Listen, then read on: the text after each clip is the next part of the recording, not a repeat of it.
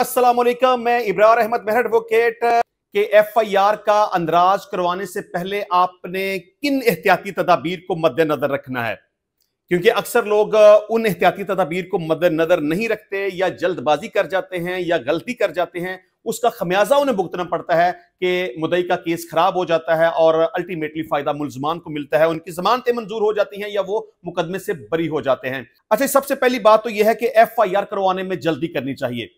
ये मैं ऑलरेडी अपनी एक वीडियो में ये बात बड़ी तफसील के साथ डिस्कस कर चुका हूं कि जब भी आपके साथ कोई वकुआ हो जाए तो आपने एफआईआर का अंदराज करवाने में लेट नहीं करनी, क्योंकि लेट करेंगे तो इसका आपको नुकसान उठाना पड़ेगा। क्योंकि अदालतें ये समझती हैं कि एफआईआर का अंदराज अगर आप देर से करवाएंगे तो इसका मतलब यह है कि आपने सोच विचार के बाद या किसी से मशवरा करने के बाद एफआईआर का अंदराज करवाया। तो लिहाजा जितनी जल्दी मुमकिन हो सके आपने एफआईआर का अंदराज करवा देना है। अच्छा, दूसरे नंबर पे बात यह है कि अगर थानेदार एफआईआर का अंदराज नहीं करता तो फिर क्या करना चाहिए।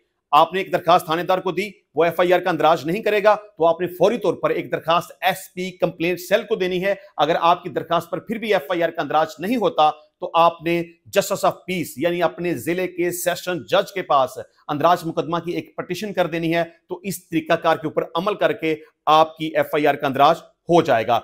अच्छा, तीसरी बात यह है कि एफआईआर की कहानी मुख्तसर होनी चाहिए। मतलब यह नहीं कि आप कहानी बयान करना शुरू कर दें तो उसको 2, 3, 4 सफहात पर मुश्तमिल एक तहरीर लिख दें। एफआईआर की स्टोरी जितनी भी मुख्तसर हो सके आपने उसको मुख्तसर लिखना है, लेकिन जामिया होनी चाहिए।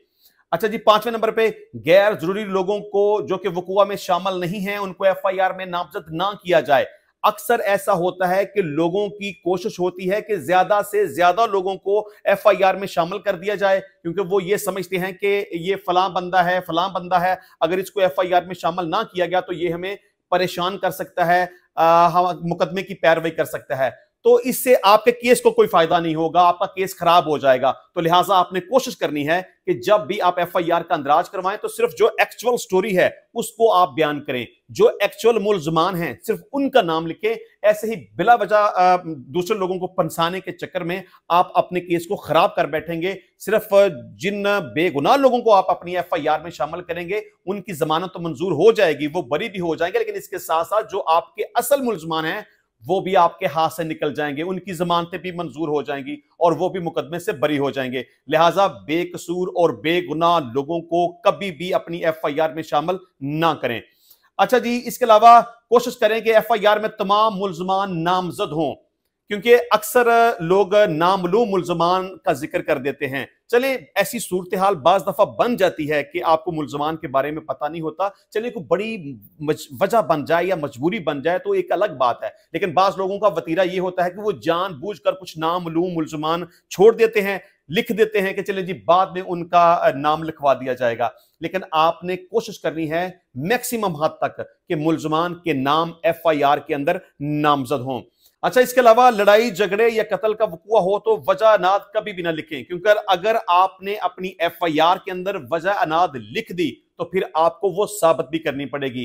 क्योंकि अक्सर लोग लिख देते हैं जी इस कत्ल के पीछे फलां वजह थी, इस लड़ाई झगड़े के पीछे फलां वजह थी, तो वो फंस जाते हैं। उनको साबित करना पड़ता है तो फिर उनसे साबित नहीं होता। लिहाजा कोशिश करें कि लड़ाई झगड़े का या कत्ल का कोई मामला हो तो उसमें वजह अनाद का जिक्र ना करें। अच्छा, इसके अलावा तारीख और वक्त वकुआ लाजमी लिखें, इसमें बिल्कुल गुताही नहीं करनी।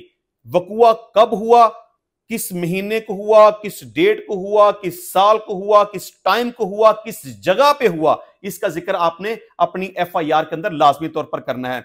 आप जब भी कोई लड़ाई झगड़े की या कत्ल की एफआईआर करवाने लगे तो कोशिश करें कि तमाम मुल्जमान के जहां पर आपने नाम लिखने हैं वहां पर उनको मखसूस रोल भी एट्रीब्यूट करें। मतलब आप सबसे पहले तो ये डिस्कस करें कि किस मुल्जम के पास कौन सा हथियार था और किस मुल्जम ने किस बंदे को कौन सी चोट पहुंचाई, मतलब मुद्दई को कौन सी चोट पहुंचाई, कहां पर चोट पहुंचाई, किसी गवाह को चोट पहुंचाई तो किस हथियार से पहुंचाई और किस जगह पर उसने चोट लगाई, इसका जिक्र आपने अपनी एफआईआर में लाजमी तौर पर करना है। इसके अलावा आपने अपनी एफआईआर के अंदर गवाहान का जिक्र लाजमी तौर पर करना है, क्योंकि अगर आप अपनी दरखास्त के अंदर या अपनी एफआईआर के अंदर गवाहान का जिक्र नहीं करेंगे तो फिर आप अपने केस को साबित नहीं कर पाएंगे। लिहाजा गवाहान का जिक्र लाजमी तौर पर करें। अच्छा, इसके अलावा अगर मुल्जमान नामालूम हो, क्योंकि अक्सर ऐसा होता है ना कि आपके साथ कोई वक़ुआ सरज़द हो गया लेकिन आपको मुल्जमान के नाम का ही नहीं पता। अगर आपने मुल्जमान के नाम अपनी एफआईआर में मेंशन ना किए तो फिर आपके लिए जरूरी है कि आपने उन मुल्जमान के हुलिया जात अपनी एफआईआर के अंदर जरूर लिखवाने हैं। हुलिया जात से क्या मुराद है कि मुल्जम की उम्र इतनी थी, मुल्जम का कद इतना था, मुल्जम का रंग इस तरह का था, उसने इस तरह के कपड़े पहने थे, वो पतला था, वो मोटा था, वट, यानी कि मुल्जम के बारे में आपने मैक्सिमम हद तक जो डिटेल प्रोवाइड कर सकते हैं वो आपने लाजमी तौर पर करनी है। और इसके अलावा एफआईआर का मुद्दई हमेशा वो रखें जो वक़ुआ का चश्मदीद गवाह हो, मतलब जिसके साथ कोई वक़ुआ सरजद हुआ या वक़ुए का कोई चश्मदीद गवाह था। क्योंकि अक्सर ऐसा होता है कि लोग ऐसे ही कहानी बयान कर देते हैं कि जी मुझे फलां बंदे ने आके ये कहानी बयान की तो आगे मैं एफआईआर का इंदराज करवा रहा हूं। नहीं, कानून की नजर में सुनी सनाई शहादत की कोई हैसियत नहीं होती। लिहाजा हमेशा कोशिश करें कि जिस भी बंदे को आप एफआईआर का मुद्दई बनाना चाहें वो उस वक्त जाए वक़ुआ पर मौजूद हो, उसने वक़ुआ अपनी आंखों से देखा हो, वो उस वक़ुए का गवाह हो या उसके साथ कोई वक़ुआ सरजद हुआ हो। कभी भी सुनी सुनाई बात के ऊपर एफआईआर का अंदराज हरगिज मत करवाएं, क्योंकि अगर आप सुनी सुनाई बात को लेकर एफआईआर का अंदराज करवाएंगे तो इससे आपका केस खराब हो जाएगा, आपके मुल्जमान बरी हो जाएंगे। तो इंशाल्लाह मिलते हैं नेक्स्ट टाइम नई वीडियो में नए टॉपिक के साथ। तब तक के लिए इजाजत दीजिए। अल्लाह हाफिज।